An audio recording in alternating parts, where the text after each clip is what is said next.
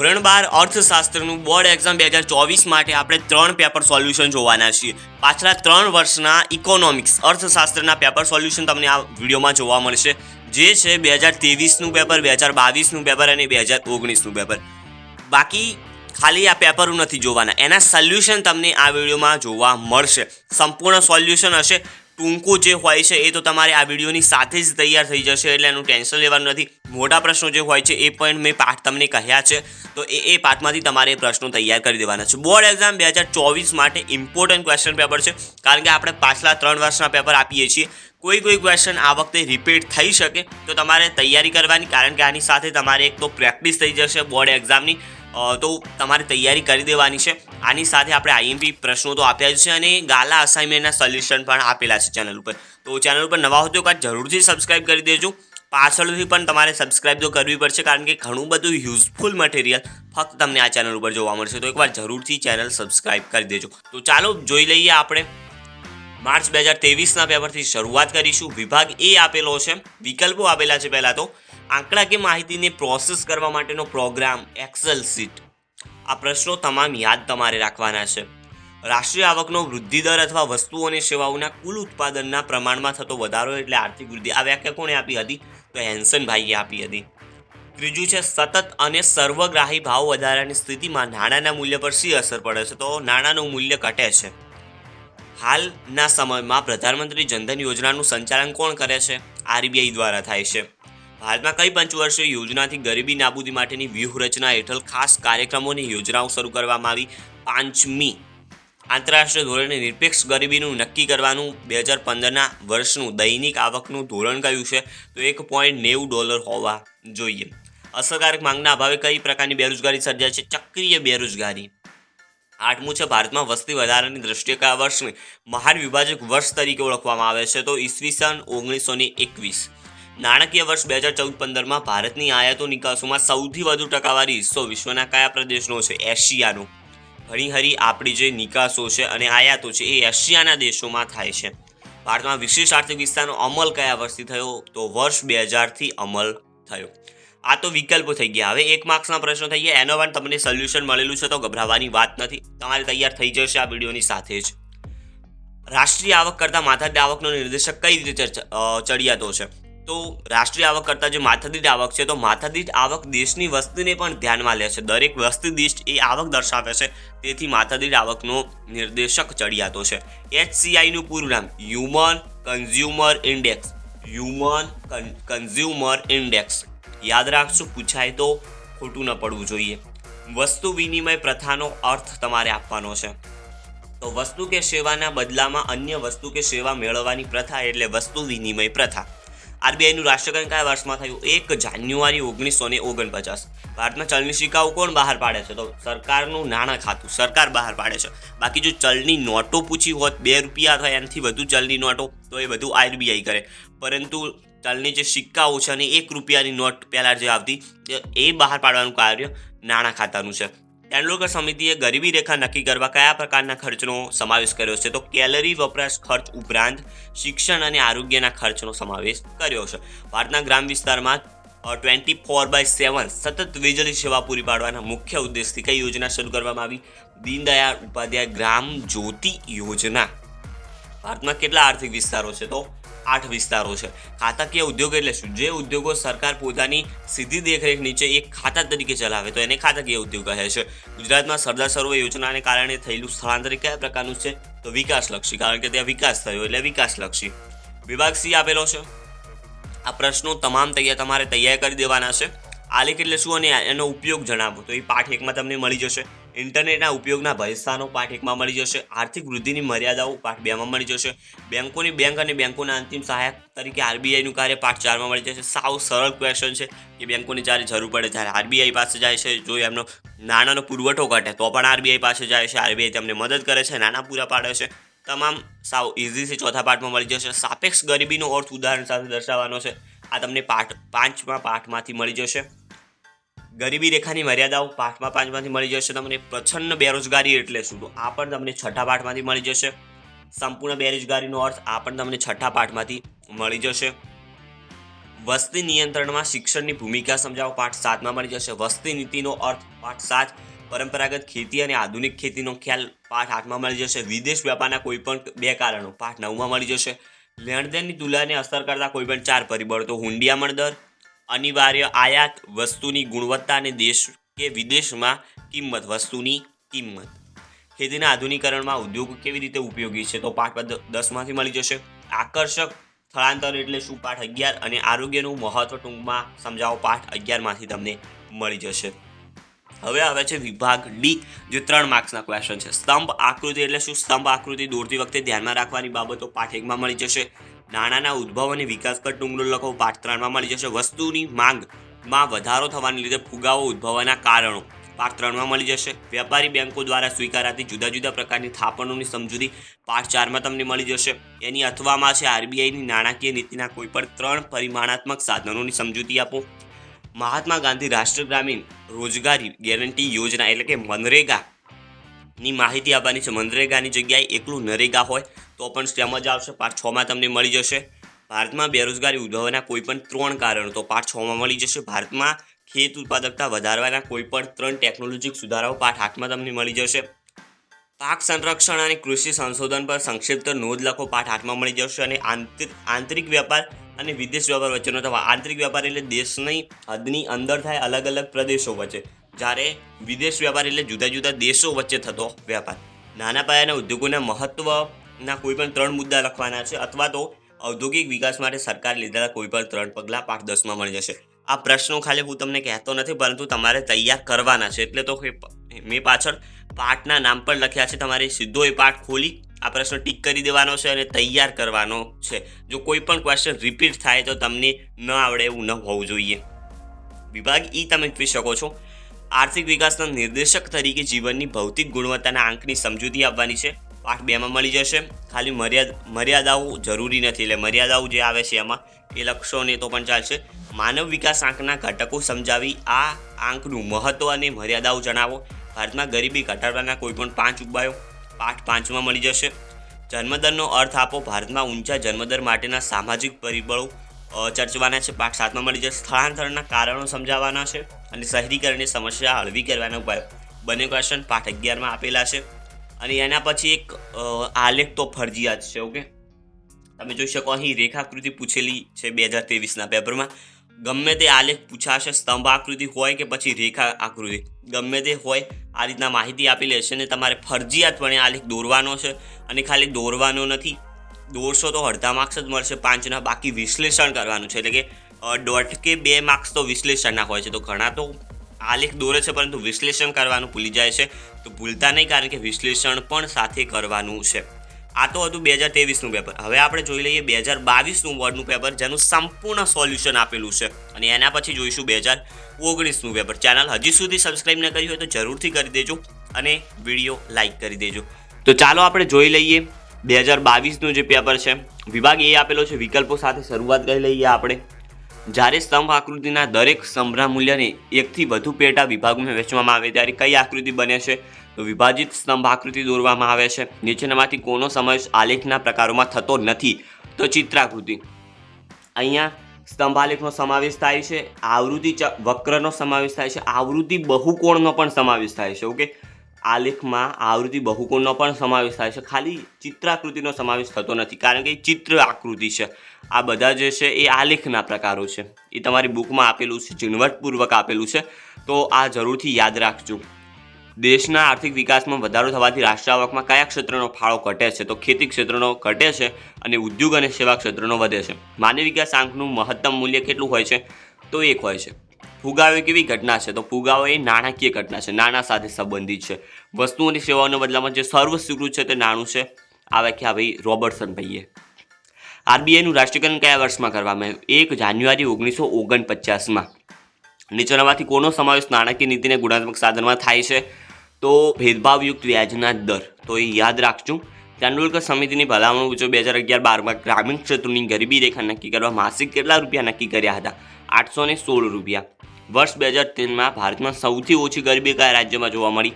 ગોવામાં. કારણ કે ગોવા દરિયાઈ પર્યટનનો વિકાસ થયેલો છે, તો ત્યાં ગરીબી ઓછી છે. બેરોજગારીના પ્રકારો નક્કી કરવા માટેના 4 માપદંડ કોણે આપ્યા? રાજકૃષ્ણએ. સક્રિય શ્રમના પુરવઠામાં સામાન્ય રીતે કયા વય જૂથની વ્યક્તિઓનો સમાવેશ થાય? 15 થી 64 વર્ષની. ઈસવીસન 2011માં ભારતમાં મૃત્યુદરનું પ્રમાણ 7.1. નીચેનામાંથી કયા પાકનો સમાવેશ અનાજમાં થાય? બાજરી. બધા ખાઈએ છીએ. ઘઉં, બાજરી અનાજ છે એક પ્રકારનું. નીચેનામાંથી કોનો સમાવેશ કૃષિ ક્ષેત્રના સંસ્થાકીય પરિબળોમાં થાય છે? ગ્રામીણ સમાજ વ્યવસ્થા. આજના સમયમાં વિદેશ વ્યાપારમાં કયું સાધન વધુ ગતિશીલ બન્યું છે? શ્રમ. કારણ કે શ્રમ વધુ છે, વસ્તી વધુ છે તો શ્રમ પણ વધારે છે. લેણદેણની તુલનામાં કેટલા ખાતા હોય છે? 2 ખાતા હોય છે લેણદેણની તુલનામાં. રેલવે કયા પ્રકારના ઉદ્યોગનું ઉદાહરણ છે? ખાતાકીય ઉદ્યોગ છે. ખાતા તરીકે સરકાર એને ચલાવે છે. કયા ઉદ્યોગમાં મૂડીરોકાણની મર્યાદા 25 લાખ સુધીની હોય છે? ટચુકડો ઉદ્યોગ. ટચુકડો. ભારતીય બંધારણે કઈ વય સુધીમાં બાળકોને પ્રાથમિક શિક્ષણ આપવા મફત અને ફરજિયાત કર્યું છે? 6 થી 14 વર્ષ. આપણે પણ લીધું હશે 6 થી 14 વર્ષ મફત ફરજિયાત. વિભાગ બી 1 માર્ક્સના પ્રશ્નો. આનું પણ સંપૂર્ણ સોલ્યુશન છે, ચિંતા કરવાની જરૂર નથી કારણ કે સ્કાય ઓફ એજ્યુકેશન તમારી સાથે છે. પરંતુ બહુ મહેનત લાગી છે પેપર સોલ્વ કરતા, તો વિડીયો લાઇક, ચેનલ સબસ્ક્રાઇબ જરૂરથી કરી દેજો અને ટેલિગ્રામ ગ્રુપ જોઈન ન કર્યું હોય તો ડિસ્ક્રિપ્શનમાં લિંક મળી જશે. વૃત્તાંત શોધવાનું સૂત્ર તો વૃત્તાંત બરાબર પેટા મૂલ્ય ભાગ્યા કુલ મૂલ્ય ગુણ્યા 360 અંશ. જીવનની ભૌતિક ગુણવત્તાનો અંક કોણે રજૂ કર્યો? ડેવિસ મોરિસ ભાઈએ. ઓકે, ડેવિસ મોરિસ ભાઈએ. રિવર્સ રેપો રેટ એટલે શું? જે વ્યાજના દરે વેપારી બેંકો આરબીઆઈને ટૂંકા ગાળાનું ધિરાણ આપે તેને રિવર્સ રેપો રેટ કહે છે. જો અહીંયા આરબીઆઈને ટૂંકા ગાળાનું ધિરાણ આપવામાં આવે છે, જો આરબીઆઈ વેપારી બેંકોને ટૂંકા ગાળાનું ધિરાણ આપો તો એ રેપો રેટ કહેવત, પરંતુ વેપારી બેંકો આરબીઆઈને ધિરાણ આપે છે એનો મતલબ રિવર્સ પ્રક્રિયા થાય છે, રિવર્સ રેપો રેટ. પ્રધાનમંત્રી જનધન યોજનાની શરૂઆત કયા વર્ષમાં કરવામાં આવી? 28 ઓકે, 28 ઓગસ્ટ 2014. 28 ઓગસ્ટ 2014.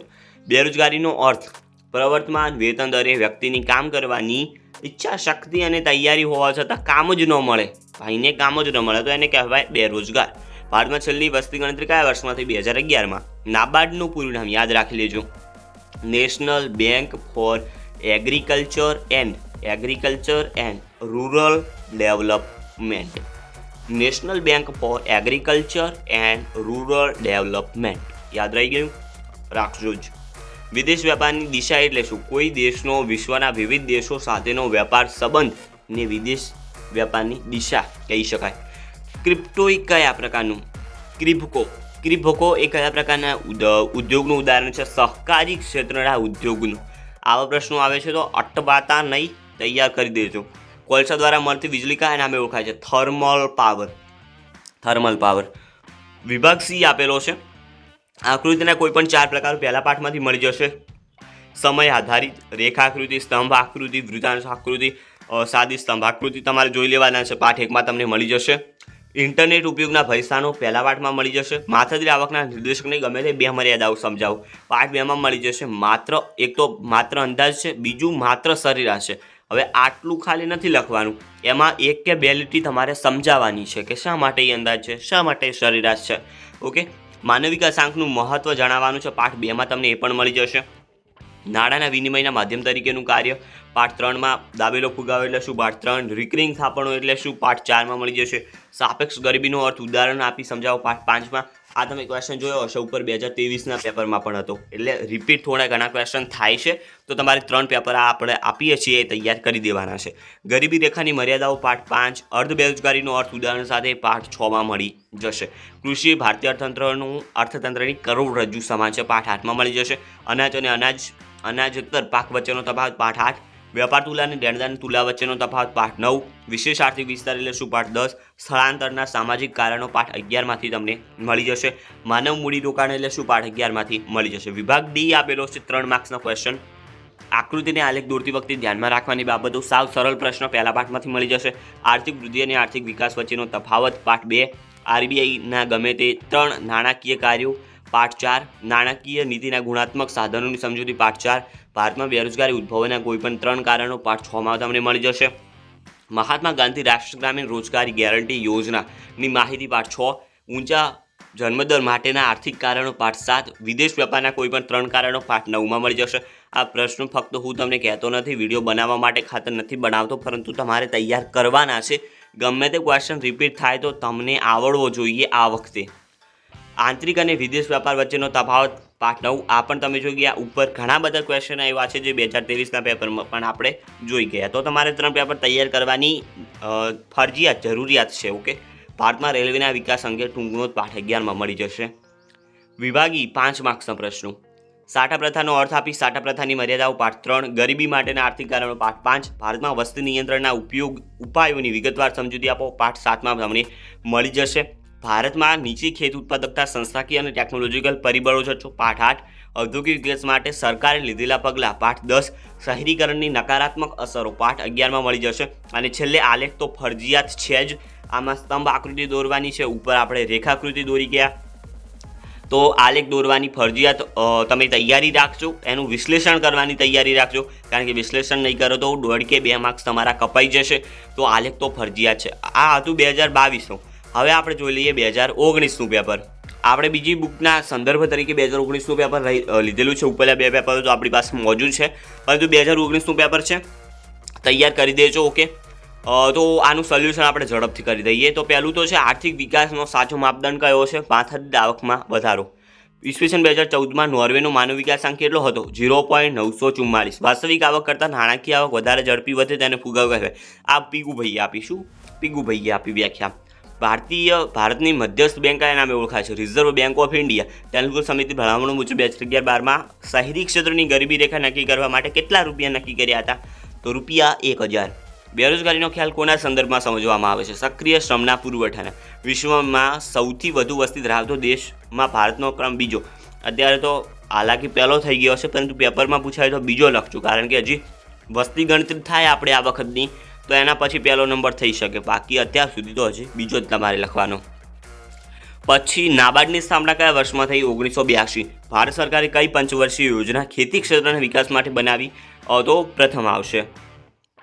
એની નીચે વર્ષ દરમિયાન દેશની ભૌતિક અને અભૌતિક ચીજોની આયાત નિકાસનું મૂલ્ય દર્શાવવા સરવૈયાને શું કહે છે? લેણ દેણની તુલા. વિભાગ બી 1 માર્ક્સના પ્રશ્નો.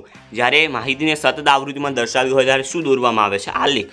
જીવનની ભૌતિક ગુણવત્તા આંકની રજૂઆત કોણે કરી? ડેવિસ મોરિસ ભાઈએ.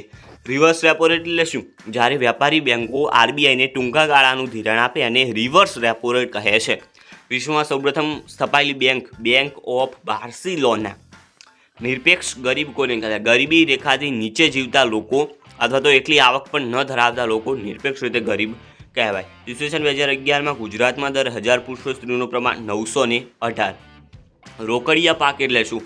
તો આવક પ્રાપ્તિ માટે થતું ઉત્પાદન અને એવા ઉત્પાદક પાકો કે જેના દ્વારા આવક પ્રાપ્તિ થાય છે તેમને રોકડિયા પાક કહે છે. લેણદેણની તુલનામાં પુરાણ છે એમ ક્યારે કહેવાય? તો જ્યારે નિકાસ જે દેશો આયાત કરતા એને નિકાસનું મૂલ્ય વધારે હોય તો ત્યારે ત્યાંના લેણદેણની તુલનામાં પુરાણ છે એમ કહેવાય. હુંડિયામણ દર એટલે શું? એક દેશના ચલણની બીજા દેશમાં વ્યક્ત થતી કિંમત. એક દેશના ચલણની બીજા દેશમાં વ્યક્ત થતી કિંમત એટલે હુંડિયામણ દર. ક્રિપ્ટો એક પ્રકારના ઉદ્યોગનું ઉદાહરણ છે. સહકારી. તો હવે તમે જોઈ ગયા હશો ટૂંકું જ કેટલું બધું પૂછાણું છે ઉપરના 2 પેપરમાં. તો વિચાર કરજો, 3 પેપર સારી રીતે તૈયાર કરજો, તો જ 2024માં તમે સારા માર્ક્સ લાવી શકો. ઓકે, ગમે તે ક્વેશ્ચન રિપીટ થાય તમને આવડવું જોઈએ. હવે 2 માર્ક્સના પ્રશ્નો તમે અહીં જોઈ શકો છો. આકૃતિના પ્રકારો જણાવવાના છે, પાઠ 1માં મળી જશે. કમ્પ્યુટર ટેકનોલોજીના ઉપયોગના ભવિષ્યનો પાઠ 1. રાષ્ટ્રીય આવકના નિર્દેશકની કોઈપણ 2 મર્યાદાઓ પાઠ 2. ફુગાવાના લક્ષણો પાઠ 3. સાટા પ્રદાનનો અર્થ આપી તેની મુખ્ય મર્યાદાઓ પાઠ 3. મધ્યસ્થ બેંક એ સરકારની બેંક છે, સમજાવો પાઠ 4. ગરીબીનો આધુનિક અભિગમ અથવા તો પ્રધાનમંત્રી જનધન યોજનાના હેતુ જણાવો પાઠ 5માં તમને બંને ક્વેશ્ચન મળી જશે. એની નીચે છે ઘર્ષણજન્ય બેરોજગારીનો અર્થ ઉદાહરણ સાથે પાઠ 6. પ્રધાનમંત્રી કૃષિ સિંચાઈ યોજના ક્યારે અને કયા ઉદ્દેશથી શરૂ કરવામાં આવી પાઠ 6. કૃષિ ભારતીય અર્થતંત્રની કરોડરજ્જુ સમાન છે પાઠ 8. હરિયાળી ક્રાંતિ એટલે શું? તો એ પણ પાઠ 8માં મળી જશે. ઓકે, પાઠ 8માં મળી જશે. આંતરિક વેપાર અને આંતરરાષ્ટ્રીય વેપાર પાઠ 9માં મળી જશે. આંતરિક વેપાર એટલે દેશની હદમાં થાય, અલગ અલગ પ્રદેશો વચ્ચે થાય. આંતરરાષ્ટ્રીય વેપાર એટલે અલગ અલગ દેશો વચ્ચે થાય, આંતરરાષ્ટ્રીય ધોરણે થાય. વિશેષ આર્થિક વિસ્તાર એટલે શું અને નાના પાયાના ઉદ્યોગોનું વિકેન્દ્રીકરણમાં કઈ રીતે ઉપયોગી છે? બંને ક્વેશ્ચન પાઠ 10માં મળી જશે. અને શહેરીકરણની વ્યાખ્યા પાઠ 11માં તમને મળી જશે. પછી વિભાગ ડી આપેલો છે, તો એમાં પણ આકૃતિ અને આલેખ દોરતી વખતે ધ્યાનમાં રાખવાની બાબતો પહેલા પાઠમાંથી મળી જશે. પછી ઇન્ટરનેટ ટેકનોલોજીના ઉપયોગ પાઠ 1માં મળી જશે. નાણાંના કાર્યો પાઠ 3માં મળી જશે. વેપારી બેંકોની સર્જનની કામગીરી પાઠ 4માં તમને મળી જશે. પછી આપેલું છે અહીંયા આગળ ભારતીય રિઝર્વ બેંકની નાણાકીય નીતિના ગુણાત્મક સાધનો પાઠ 4માં મળી જશે. ગરીબીના સામાજિક કારણો સમજાવો પાઠ 5, ગરીબીના કોઈ પણ 3 નિર્દેશક પાઠ 5, ભારતમાં નીચી મૃત્યુદરના કારણો પાઠ 7, ખેત ઉત્પાદકતા વધારવા કોઈ પણ 3 સંસ્થાકીય પરિબળો પાઠ 8, સંસ્થાકીય સુધારાઓ, પાકની ફેરબદલી પાઠ 8, વિદેશ વ્યાપારના કોઈ પણ 3 કારણો પાઠ 9, શિક્ષણનું મહત્વ પાઠ 11માં મળી જશે. છેલ્લે મોટા પ્રશ્નો આર્થિક વૃદ્ધિ આર્થિક વિકાસનો અર્થ આપે બંનેનો તફાવત પાઠ 2માં મળી જશે. ભારતમાં ઉદ્ભવતી બેરોજગારીના કોઈ પણ 5 કારણો પાઠ 6, બેરોજગારીની સમસ્યા હલ કરવાના કોઈ પણ 5 કારણો પાઠ 6. પછી આવશે ભારતીય અર્થતંત્રમાં ઉદ્યોગોના મહત્વના સંદર્ભમાં કોઈ પણ 5 મુદ્દાઓ પાઠ 10માં તમને મળી જશે. સ્થળાંતરનો અર્થ આપી સ્થળાંતરની નકારાત્મક અસરો અથવા તો શહેરીકરણની હકારાત્મક અસરો પાઠ 11માં મળી જશે. અને છેલ્લે અહીં તમે જોઈ શકો છો એક સ્તંભ આકૃતિ પૂછેલી છે જે ફરજિયાત છે લખવાની છે. તો મિત્રો આ હતા આપણા 3 પેપરો. આપણે કયા પેપરો જોઈએ? 2023નું પેપર જોઈ ગયા, 2022નું પેપર જોઈ ગયા અને 2019નું પેપર જોઈ ગયા. હવે ખાલી આપણે આ જોવા ખાતર નથી જોયા, પરંતુ આમાંથી તમે જો તૈયારી સારી રીતે આ 3 પેપર તૈયાર કરી દો અને એની સાથે આપણા જે ઇકોનોમિક્સના IMP ક્વેશ્ચન આપણી ચેનલ ઉપર આપ્યા છે, એનો વિડીયો ચેનલ ઉપર છે, એકવાર જરૂરથી જોઈ લેજો. આ 4 વસ્તુ સારી રીતે તમે તૈયાર કરી દો તો ગમે તે ક્વેશ્ચન આ 4માંથી રિપીટ થાય તો તમે સારી રીતે લખી શકશો અને રિપીટ થવાના ચાન્સીસ થોડા વધુ રહેશે. એવું નથી કે આખું પેપર જ આમાંથી આવી જશે. બેઠું પેપર કદી ન આવે, બોર્ડ છે, ધ્યાન રાખજો. એટલે તમારે જે ક્વેશ્ચન રિપીટ થાય એ તમને આવડવા જોઈએ, કારણ કે આપણે ઘણું બધું મટીરિયલ ઇકોનોમિક્સ માટે આપ્યું છે, ગાલાના સોલ્યુશન સાથે આપ્યું છે. તો તમારે આ વસ્તુઓ તૈયાર કરી દેવાની છે. એક વસ્તુ તૈયાર કરવાથી કદી માર્ક્સ ન લાવી શકે. પેપરો કરવા પડશે, IMP ક્વેશ્ચન કરવા પડશે અને ગાલા પેપર સોલ્યુશન જોવા પડશે. તો તમે સારામાં સારા માર્ક્સ આ વખતે ઈચ્છો એટલા લાવી શકો, પરંતુ તમામ વસ્તુ એના માટે જોવું પડશે. બાકીના વિડીયો ચેનલ ઉપર છે, એકવાર જરૂરથી ચેનલને વિઝિટ કરજો. મહેનત લાગી છે તો વિડીયો લાઇક કરી દેજો, ચેનલ સબસ્ક્રાઈબ કરી દેજો. મળીશું નવા વિડીયોમાં, ત્યાં સુધી ગુડ બાય.